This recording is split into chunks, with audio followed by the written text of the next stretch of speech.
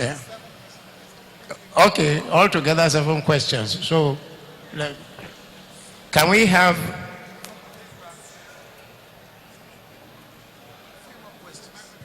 You want us to take more questions first? Okay. Okay, from the rear, yes, the gentleman in black suit. Can someone help?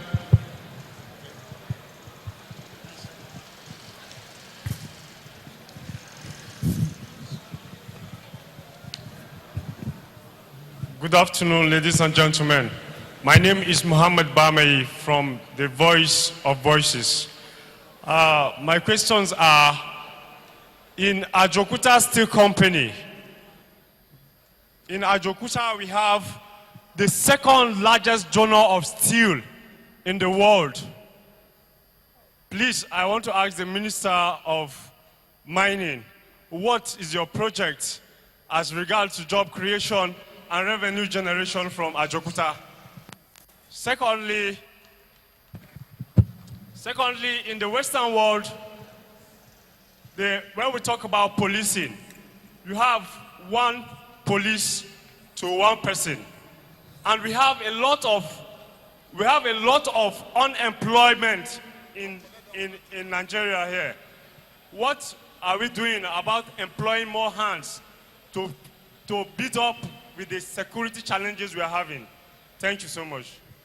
Thank you very much. I'm going to take 2 questions now from the youth corpus. We will have 1 female, 1 male. Any volunteers? Yes.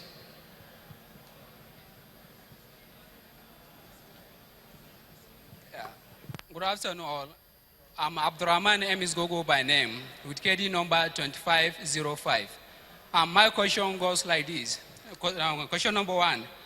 What plans is government doing towards increasing our corp members' allowance? Yeah. The question number 2 is, among the stolen money that federal government has recovered, what plan is government has on that money? Thank you very much. A lady, please. Any volunteers among you ladies? Come on.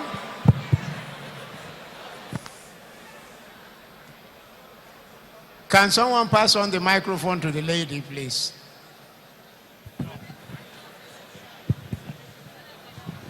What is the question?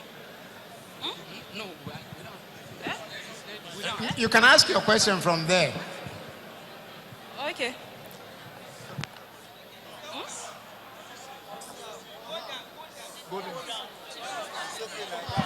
Go and ask your questions. Time is going. On behalf of my fellow corp members, our problem is not the alawi we're collecting, but the employment after the service. Please, we want to know what our fathers are doing about it.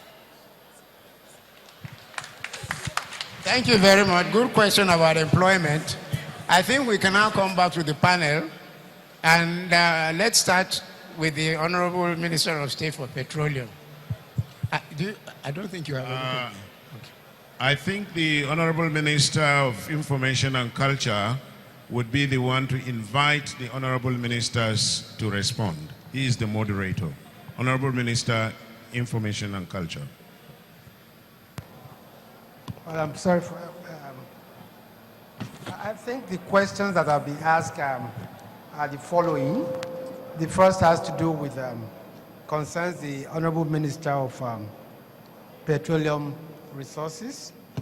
And that is when the former Minister of Petroleum Resources asked about the Kaduna Petroleum Institute, and also want clarification on the issues of the subsidy or lack of it. And then I think also about the exploration in the Northeast. Those are the questions that I think were directed at the Honorable Minister of Petroleum, basically. I think other questions, those are the questions that he has to address, basically. Thank you very much. First, let me recognize and thank Alhaji Umaru for the work that he did in the ministry. It is efforts like yours that has been able to give us a tangent to follow. So we recognize and thank you immensely, and God bless you in your retirement. Now, for the Petroleum Institute, I intend to visit the site whilst I'm here after today. But let me say that we have created a department which is called a Skilled Learning Department. And that Skilled Learning Department is refurbishing, taking over and creating specialization centers all over the country. Kaduna is one of those, Warri is another, and Lagos is another. So there is somebody who's been hired with a PhD in skilled learning efforts, who is, first of all, setting up these centers, want to train and retrain NNPC staff to begin with, so that we realize the sort of direction we're going. But two, to then hire some of the skilled HND type graduates with very specific skill sets and take them through a 2-year program in the center with a proper faculty to position them for hiring in the oil sector. And then thirdly, to help a lot of West African countries that are now beginning to get into the petroleum business, but hitherto had likely relied informally on Nigeria and the oil companies to provide the resource training that they need to help them develop in that area. So these centers will provide that. I know that the Kaduna Center is programmed to do these skill areas of refining, skill areas of solar energy, and quite a few. So that is work in process. I would imagine that over the next 1 year, you see some dramatic development in those. Now, for the subsidy issue, if you realize when I came in, one of the first things I did was create the price modulation concept. And the whole idea of that price modulation was to enable you swing your prices along the lines of crude pricing and refined product international pricing, because it just didn't make sense to continue the sort of subsidy support. We didn't have the money to pay. We were owing a lot of money, about 600 billion at the time.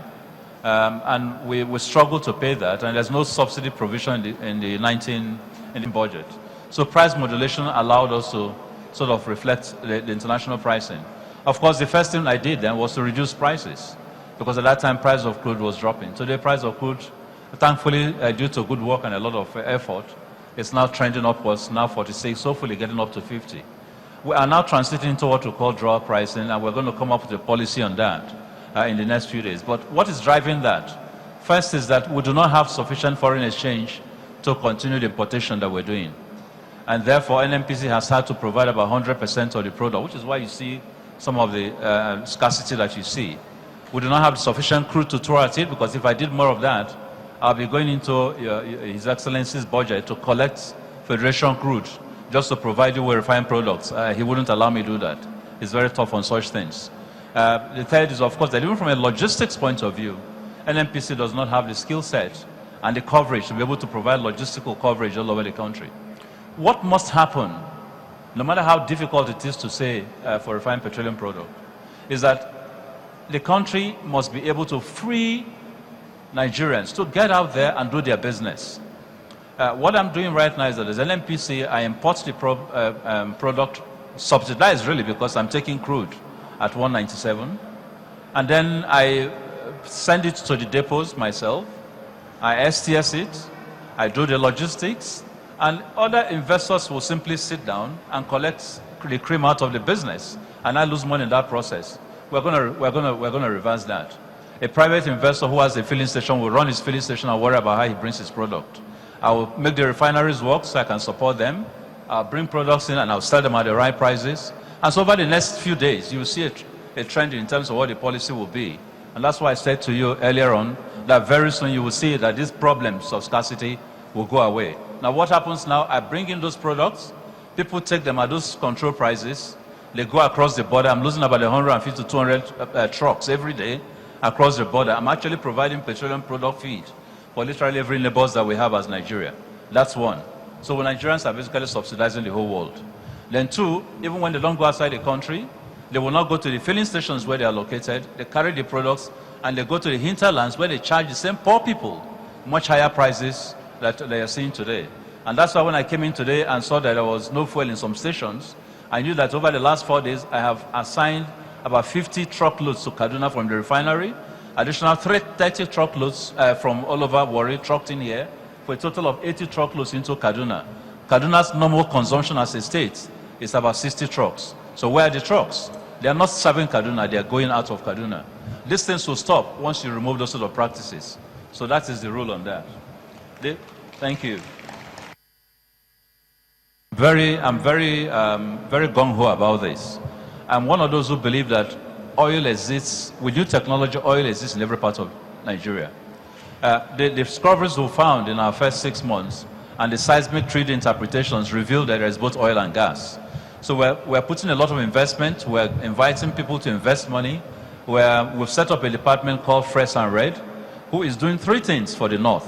First, we're going very bullishly at trying to find oil. And it's in our interest, especially given the problems we're having with pipeline difficulties. So we're going very heavily on that. Second, we're focusing on clean energy, solar. We should be able to provide sufficient solar energy in the northern parts of this country. And then 3, we're creating a partnership, a concept of partnership with oil. Every state can have a relationship with oil from a different perspective. For Kaduna, for example, your partnership lies in how well we run the refinery, how well we improve the marketing outlets. We're building about the program is to build about 700 marketing outlets all over the country, 1 per local government. We're asking the state governments to co-venture with us and give us land to do this. People will get hired, and these are multi-big stations with shopping malls, which will be a beehive of activity in the local government areas. So that is another partnership. Of course, there's the solar injection, like I said, providing solar power to every house. We have a concept of providing free gas cylinders to every Nigerian, which is going to roll out next year, to begin to pull you away from the use of kerosene to cleaner fuel. So every part of this country can have a relationship with oil in a way that creates job, creates concept, creates excitement, and creates investment. And that is where we're headed. And finally, the power that you have in Kaduna Refinery is much more than we need in the refinery. We're bringing people to look at investing and expanding that power base, so that for the first time, every part of Nigeria where we have an investment, like a refinery, will at least have a benefit of having power from the refinery. So those are the things that we're doing. Thank you.